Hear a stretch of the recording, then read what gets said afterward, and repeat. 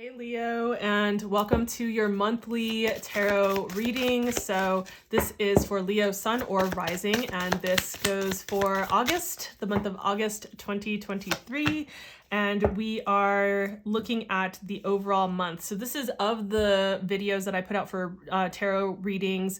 This is the more extended of all of the other ones. The other ones are short bites, which, by the way, they will also be out because they go from full moon to new moon and then new moon to full moon. And we start off the beginning of the month on August 1st with a full moon in Aquarius in tropical astrology. So those videos are typically about 5-6 minutes long. So those will be out for that 2-week period of time on the same day that these are out. And also the astrological highlights video that is also out. I will use this deck. So that one goes for the first half of August, and it is timestamped, so you can go switch around to like different dates, or you can come back to it throughout the first half of the month and come back and check things out there. So I'll have a link to that up on the screen towards the end of the video. So let's take a look at what we have showing up for you this month, Leo. I'm feeling that and that.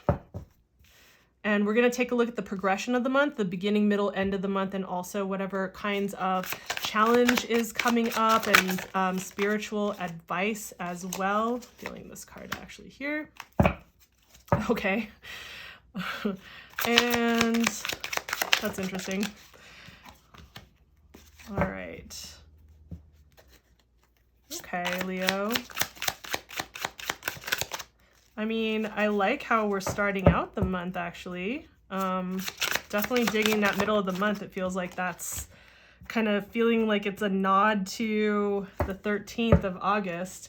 So the 13th of August this month, we have Venus Cazimi, and that's definitely a more auspicious day if we're going to look at the days of this particular month. So if you want to know more about that, definitely check out the highlights video. So all right, what do we have going on? We're going to take a look at what area of life is being highlighted for you.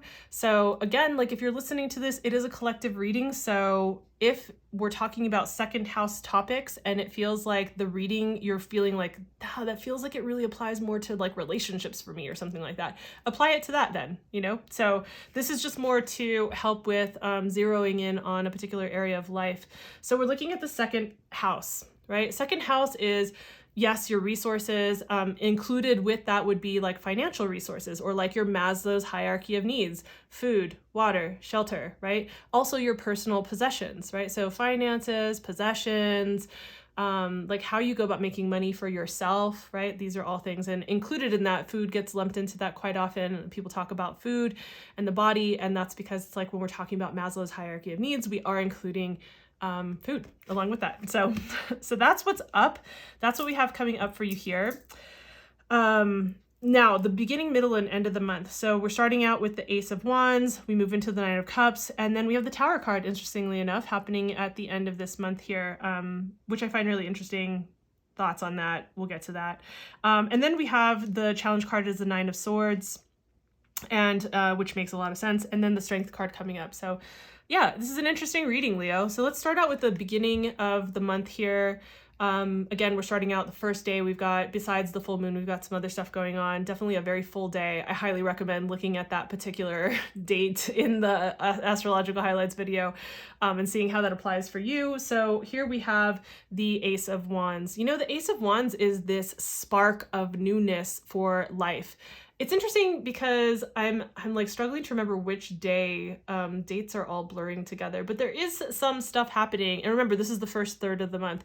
There is some stuff happening with regard to this kind of electricity and spark of newness, not on the first day of the month, but further into, like, it's the first half of the month is what the video is for. So if this is the first third of the month, it'll cover a good portion of that. And there is a point in the astrology where your Uranus energy really comes out. Not that it's related to the wands, but more so like that spark of life, that spark of energy that comes through with the Ace of Wands. Ace of Wands can be really flirtatious energy. It can also be like this spark of inspiration, creativity, passion, fire, the drive, the spark that creates combustion, right? That like gives momentum to move forward. It's like usually handing off a torch. You normally see in a traditional tarot deck, like it's handing off a flaming like torch to, you know, coming from like through the ethers. It's a hand coming out of like the sky, out of the ethers, right? And it's this assistance. It's almost like divinatory, you know, guidance, or like you know, or like a, you know, some kind of cosmic assist, whatever you believe in, right? But it's like assistance from guides, whatever, they're coming through to like hand this off to you and just be like, hey, here is this spark. Here's a spark of like, it's almost like Prometheus giving it to the to the humans, right? It's just like, here is the spark for life. This is the fire that you need. Take it, run with it, do something with this, right? And so I feel like that's coming up in the astrology, but also at the beginning of the month here, it seems like, you know, this first third of the month for you could be very inspiring. You know, if you've been utilizing the Venus retrograde thus far, and it will be retrograde all of this month, right? Throughout the entire month still. So if you've been utilizing it so far though, by examining like, what are the things that I value? Like, are people on the same page with me? Am I on the same page with them? Do we value the same things? Like, what do I want to create in my life? Like, what kinds of connections feel good to me? Just really taking a look at a lot of these kinds of themes, and looking at it also from the creative perspective, right? Because Venus also has to do with aesthetics and creativity and luxurious kind of things. Like, so really kind of examining, if you've been looking at this, you might feel like you're getting some insight and feeling a little bit more inspired to create, to move forward, to like, you're getting some maybe kind of clarity, or perhaps like this is the spark you need and you're really like needing that and wanting that in your life, especially when it comes to how you go about creating the resources in your life, right? How you acquire those. And so we come into the middle of the month and we have the Nine of Cups here. So, you know, definitely a celebratory card, a card of like good libations, good food, like let's celebrate our achievements, and, you know, let's celebrate how far we've come. And so I like this vibe. I like that that's there, especially because on the 13th of August, we have the Venus Cazimi. It's definitely an auspicious day. Again, like go check out the highlights to listen to what's up for that day. I definitely advise taking advantage of that. And so I think this could be speaking to that particular energy. Like I think this could be kind of highlighting utilizing that spot in the month and really working with it, because that is a day where we can really like create, utilize the gifts of Venus and the sun, both of those energies together being amplified, and utilizing it for like what we want to have build momentum and move forward in our life, what we want to put towards like that energy towards. If you were going to like, you know, shine the beams of, you know, the sun and Venus onto something, it's like, what would that be? And so that feels like celebratory. It feels like that's what's coming through here. And I feel like that date is being highlighted for you guys. So, you know, I mean, and why wouldn't it be? We're talking about, you know, Venus, yes, it's retrograde, it's in Leo, and it's going to be conjunct, that's what a Cazimi is, it's going to be conjunct the sun. And I know I said I wasn't going to get into astrology, I'm not going to get too far into it, but I'm just saying like it's relevant here because like the sun and Venus are in Leo, your sign, right? So this is like, it's definitely going to be, if this is your sun sign or if this is your rising sign that you're watching for, this is the sun and Venus, the benefic, being together in one day. It's kind of like the eye of the storm, one day out of this entire retrograde where there's like the eye of the storm, and you can utilize this really benefic energy, and it's going to be in some way affecting in some way your sun and that particular house, wherever it is in your chart. And also like if that's your first house, then because it's of your ascendant, like it's going to be affecting that. And so why not take advantage of this, especially for you? And so that's why I kind of feel like this energy, like it's just highlighting it. It's like, hey, remind the Leos to go check this out. So that's what I'm feeling there. It's interesting because then we come into the end of the month, and, you know, towards the end of the month, the astrology highlights video for the second half of the month isn't out. I will be talking about this, but we will have Venus and Mercury being retrograde at the same time. And there's some other astrology that's going to make like the end of the month a little bit not so the best. Not the worst, but not the greatest. So, you know, and like we think about two very personal planets like that, and being in retrograde at the same time, and just kind of going, okay, like this is, we were already reworking, revising, revisiting, reviewing the stuff that had to do with Venus, which is all very personal, right? But now we have that happening with Mercury at the end of the month as well.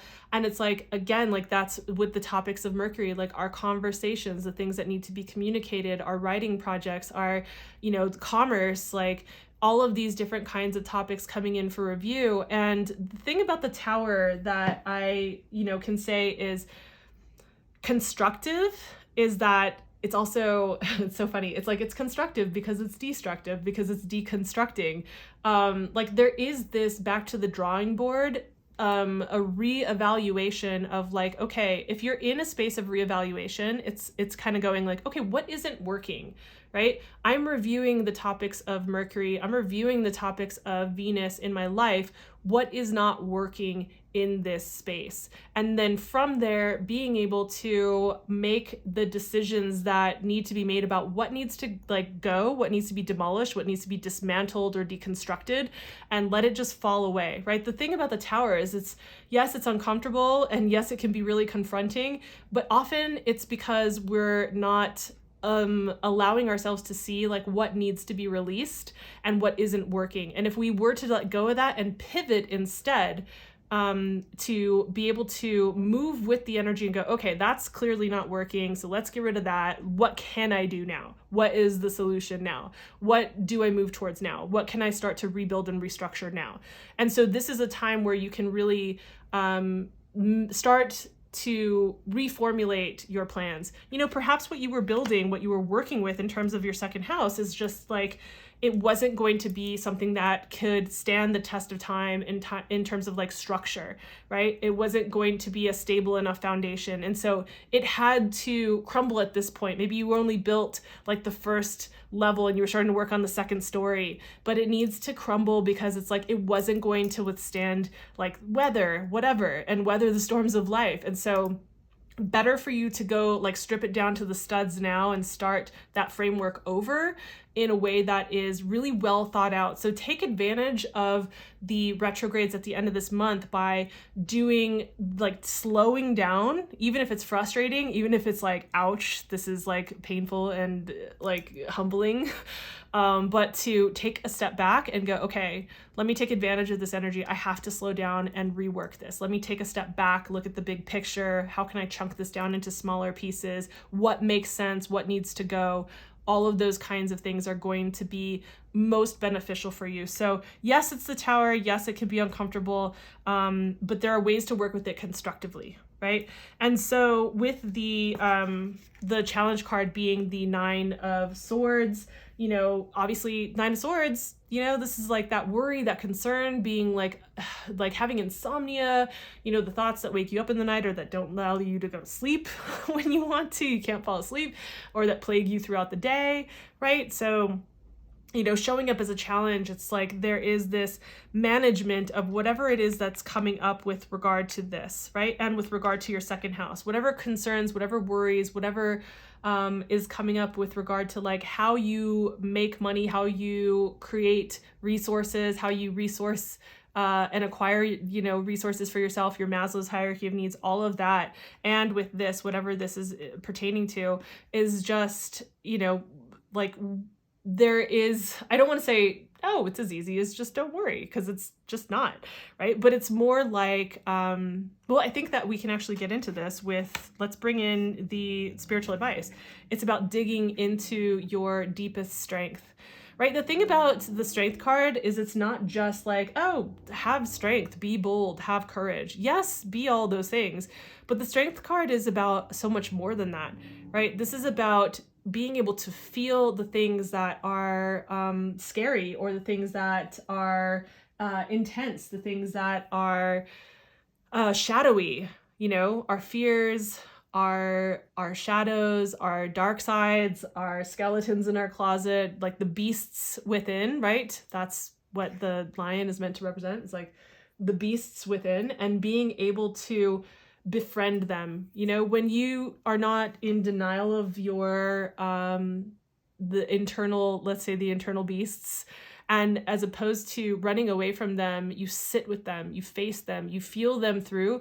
That is where we are able to step into feeling that powerful, present, grounded strength, that calm strength, right? It's not about like this showy, I'm a warrior and I can be strong and just like go at it. It's like, yeah, that's great. That's awesome.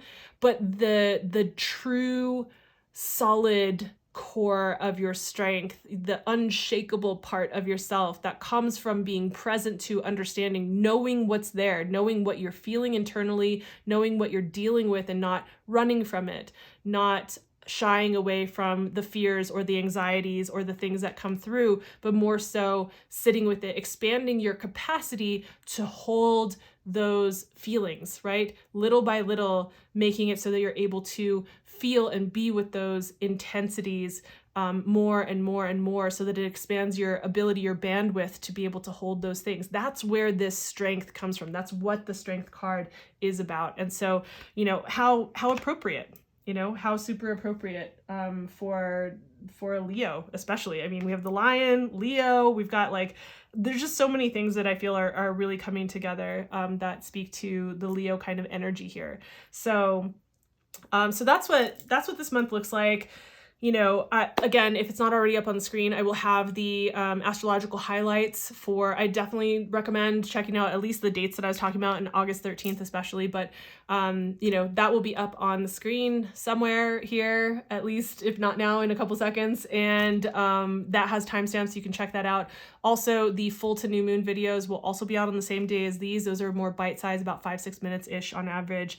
And yeah, if this was helpful, insightful, please consider giving the video a like. It helps me with the algorithm gods and building this channel and getting exposure, being seen, and building this out. And while you're at it, why not subscribe and hit the notification bell, because you don't want to miss any of the videos that come out. So thank you for your time. Thanks for being here. I'll see you in the next video. Bye.